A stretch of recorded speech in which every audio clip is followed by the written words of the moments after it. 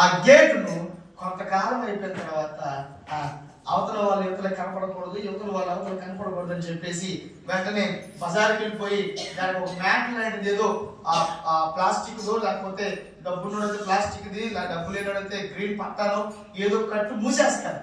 ఎందుకు అంటే దానికి దీనికి సంబంధము లేకుండా. ఇక్కడ వాక్యం ఏం చెప్తుందంటే ఇది సియోను అనుకుందాం, మీకు అర్థం కావడం కోసం. మందిరమే సియోను అనుకుందాం. ఈ మందిరంలో అడ్డు పెట్టాల్సినటువంటి అవసరం ఏమిటి? యేసు ప్రభు వారు అడ్డుగా నిలబడడానికి గల అవసరము, కారణం ఏమిటి అని అంటే ఈ ఉన్నటువంటి ప్రాంతము ప్రదేశంలో లోపలిని బయటకు రానివ్వకుండా, లోపల వాటిని పాడు చేయకుండా, లోపల వస్తువులను పాడు చేయకుండా ఆయన అడ్డు పెడతారు. ప్రియమైనటువంటి వాళ్ళ మీకు అర్థం కావడానికి మరొక విషయం చెప్తాను. సృష్టి ప్రారంభంలో ఏదేను వనమును ఆయన స్థాపించిన తర్వాత ఒక అధికారము భార్యాభర్తలు ఇరువురికి ఇచ్చిన తర్వాత, దేవునికి లోబడి ఆయన మాటను విశ్వసించి మీరు జీవించండి అన్న తర్వాత, వారు పాపము చేసిన తర్వాత మెడ పట్టుకొని బయటికి గెంటి వేయబడ్డారు.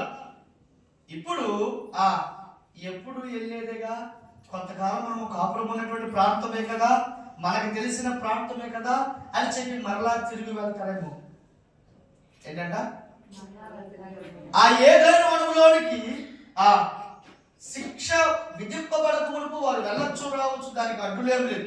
ఇప్పుడు ఆయన శిక్షించిన తర్వాత, బయటికి పంపివేసిన తర్వాత లోపలికి రావడానికి అవకాశము లేదు. ఇప్పుడు మరలా వస్తారేమో అని అగ్ని గంధకాలను ఆయన కావలిగా పెట్టాడు.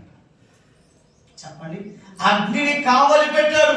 ఎందుకు అనంటే వారు బయటకు వెలుపటికి పోయినటువంటి వారు లోపలికి మనం రావడానికి బయటకు అవకాశము, అర్హత వారు కోల్పోయారు.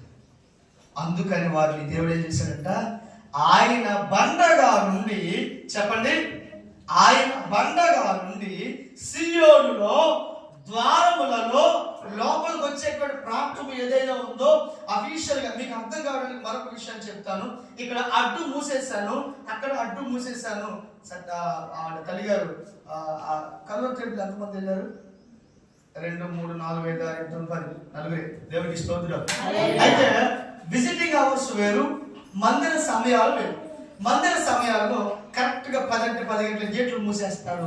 అవతలుడు గోడ దూకొస్తానంటే ఇంచుమించు 12, 13 కుక్కలు ఉండేవి అప్పుడు నాకు తెలిసినప్పుడు. ఇప్పుడు ఎన్ని కుక్కలు ఉన్నాయి నాకు తెలియదు. ఎక్కబట్టి యాడగాడికి ఆ రోజు ఆ భోజనం ప్రేయర్ అయిపోయిందా కూడా ఆగేది లేదు, అక్కడికి భోజనం అయిపోద్ది. ఎందుకు? అధికారిక మార్గంలో రాలేదు. ఎలా వచ్చాడు?